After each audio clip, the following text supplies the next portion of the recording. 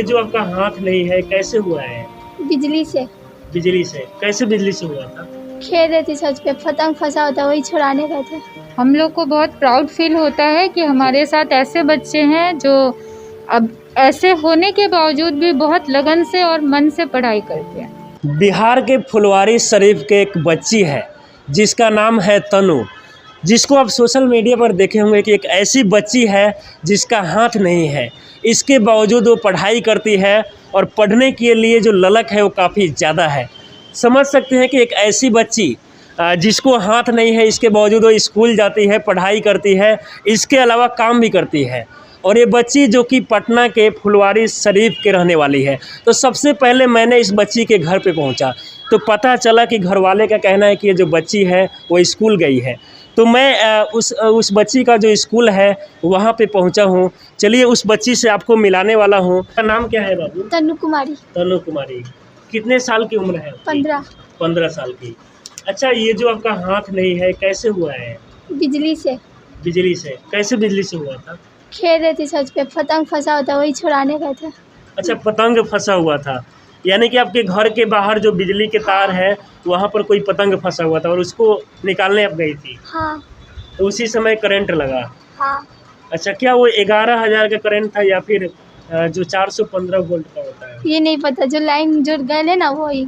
यानी कि घर में जो लाइट जलाया जाता है? नहीं, जो मेन रोड पे गया हुआ है वो। अच्छा अच्छा, यानी कि बाहर आपको बता दें कि बाहर इनके घर के बाहर जो तारे हैं, जो लाइन का तार है वहाँ पर ये पतंग छुड़ाने गई थी और उसी समय जो करंट लगा, जिसके बाद इनका जो दोनों हाथ है आप देख सकते हैं कि दोनों हाथ नहीं है, इसके बावजूद पढ़ने के लिए स्कूल जाती है, पढ़ाई करती है।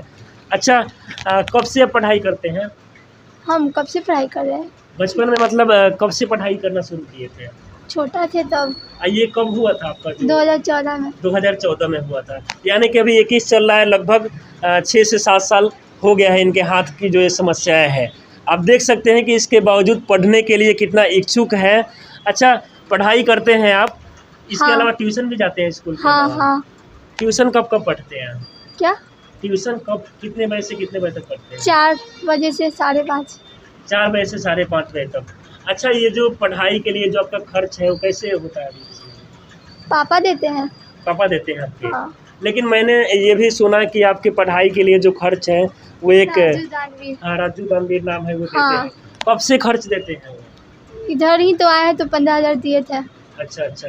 और चेक देकर गए थे तो रखा। अच्छा, अभी आप 10वीं क्लास में हैं, आगे आपने क्या कुछ सोचा है? क्या बोले? क्या बनना है आपको आगे? अभी तो पढ़ाई कर रहे हैं। अभी पढ़ाई है, लेकिन कुछ सोचे होंगे कि आगे चल के हमें इंजीनियर बनना है या फिर डॉक्टर बनना है? हाँ, जॉब करना है। क्या करना? जॉब। जॉब यानी कोई भी काम करना है आगे चलकर। हाँ। तो ये हाथ नहीं है, आप कैसे लिखती है? हम चाहेंगे कि कुछ लिख कर बताएं जो लोग देखें। अच्छा ठीक है। देखिए किस तरीके से हाथ नहीं होने के बावजूद पैर से लिख रही है। आप समझ सकते हैं कि किस तरीके से एक बच्ची है जिनके हाथ नहीं है, इसके बावजूद पढ़ने के लिए कितना ललक है, कितना इच्छुक है। आप समझ सकते हैं देखकर कि किस तरीके से हाथ नहीं होने के बावजूद पैर से लिख रही है। यहाँ पर इनके टीचर हैं, उनसे भी बात करेंगे। मैम, कब से इनको आप देख रहे हैं? 9th क्लास से। 9th में बी सेक्शन में इसका एडमिशन हुआ था पिछले साल, तब से देख रहे हैं। मैम, बहुत सारे बच्चे हैं जिनके हाथ भी होते हैं, इसके बावजूद वो पढ़ाई नहीं करते हैं, लेकिन आपको एक ऐसी बच्ची है आपके क्लास में जिनका हाथ नहीं है, इसके बावजूद ये पढ़ाई करती है। इन्हें देखकर आपको कैसा लगता है? हम लोग को बहुत प्राउड फील होता है कि हमारे साथ ऐसे बच्चे हैं जो अब ऐसे होने के बावजूद भी बहुत लगन से और मन से पढ़ाई करते हैं। तो बहुत अच्छा लगता है इन लोग को पढ़ाना हमें, बहुत अच्छा, इस बच्ची को देखकर जो लोग देखते हैं उनको क्या कुछ संदेश जाएगा? मैं यही कहना चाहती हूँ कि सभी जो भी हमारे कॉमन बच्चे हैं उनके साथ अगर ऐसे बच्चे भी देख के इससे सीखें तो वो भी आगे बढ़ सकते हैं, इसकी तरह वो आगे बढ़ सकते हैं। बहुत सारे बच्चे हैं जिनको हाथ भी है, पैर भी है, चलने में भी कोई समस्या नहीं है, इसके बावजूद वो पढ़ाई नहीं करते हैं। लेकिन इस बच्ची को देखकर सभी देशवासियों को क्या कहेंगे आप? सभी बच्चे जिनके साथ ऐसी समस्याएं हो गई हैं जी, वो अगर चाहें तो वो आगे बढ़ सकते हैं और समाज को भी कोशिश करनी चाहिए कि उन्हें आगे बढ़ाया जाए। चलिए कुछ और भी हम छात्रों से बात करेंगे। आपका नाम क्या हुआ? अलीशा। अच्छा, आप भी इन्हीं के क्लास में पढ़ाई करती है, कब से इनको देख रही हैं? 9 से, अगले साल 9 से देख रही है। जी। इनको देखकर आपको कैसा लगता है? हाथ नहीं है इसके बावजूद पढ़ाई करती है। हाँ, जैसे सबका हाथ रहता है फिर भी कोई पढ़ता नहीं है, सब मतलब हाथ नहीं है फिर भी ये पढ़ती है तो प्राउड फील होता है इस पर। इनको देखकर आप समझ सकते हैं कि काफ़ी बच्चों को ये संदेश भी मिलेगा कि जिसके पास हाथ है पैर है वो पढ़ाई क्यों नहीं करते हैं। बहुत सारे ऐसे बच्चे हैं जो कई बहाने भी बनाते हैं कि हमारे साथ पैसा नहीं है तो ये नहीं है। इस बच्ची को देखकर देखिए किस तरीके से इसके जज्बे को सलाम किया जाएगा कि किस तरीके से हाथ नहीं है, इसके बावजूद पढ़ने के लिए लगातार क्लास जाती है और ट्यूशन भी करती है। अच्छा, आप घर पे कितने बजे पहुंचते हैं? अभी 4 बजे छुट्टी होता है, घर जाएंगे, कोचिंग चल जाएंगे इधर से। अच्छा, 4 से 6 आप कोचिंग करती है। हाँ। उसके बाद 6 बजे घर पे जाती है। सुबह में कितने बजे आती है आप? 9:30। 9:30 में आती है। तो समझ सकते हैं कि सुबह 9:30 बजे घर से निकलती है और उसके बाद स्कूल जो है इनका 4 बजे तक है। उसके बाद 2 कोचिंग है, इसके बाद वो घर पहुंचती है। मैम, ये जो बच्ची है इसका हाथ नहीं है बिजली के कारण, जो कि करंट से हाथ नहीं है, इसके बावजूद ये जो पढ़ाई का ललक है, इसको देखकर आपको कैसा लगता है? बहुत ही गौरवान्वित महसूस होती हूँ और बहुत अच्छा लगता है कि जिसके पास मतलब शक्तियाँ कम हैं उसके बावजूद भी इतना कार्य कर रही है। मैं इसकी वर्ग शिक्षिका रह चुकी हूँ और इस नाते मैंने इसकी मदद भी बहुत सारी की है। जब पहली बार ये मिली थी, रजिस्ट्रेशन के लिए आई थी, क्योंकि कोरोना काल चल रहा था तो क्लासेस नहीं हो रहे थे।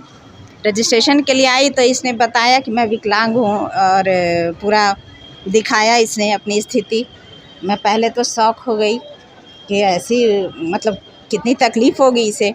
उसके बाद फिर पता चला नहीं, ये हाथ के बदले सारा काम पैर से कर लेती है। तब तो मैं बहुत ही खुश हो गई। फिर लगा कि नहीं, ये तो बहुत अच्छी बात है कि कई बच्चे ऐसे होते हैं जिनके पास सब कुछ रहते हुए भी अच्छा नहीं कर पाते हैं और ये अपना काम सब कुछ कर लेती है, तो ये आगे जाकर बहुत ही सफल होगी। और इसका कहना भी है कि मैं शिक्षिका बनना चाहती हूँ। मतलब इसका जॉब भी ऐसा है कि आगे जाकर बहुत लोगों को इम्प्रेस भी कर सकती है। आगे जाकर जैसे शिक्षक का ऐसा जॉब है कि आपके सामने बहुत सारे बच्चे होते हैं तो उनको आप अपनी शिक्षा प्रदान करते हैं, अपनी समझ को विकसित करते हैं उनके सामने। तो ये सब चीज़ जो है बहुत अच्छी बात है। तो जैसा कि मैं सरकार से भी आग्रह करना चाहूँगी कि इसे जो भी मदद दें वो करें। ऐसे बच्चों के लिए सरकार को मदद करना चाहिए, बिल्कुल करना चाहिए।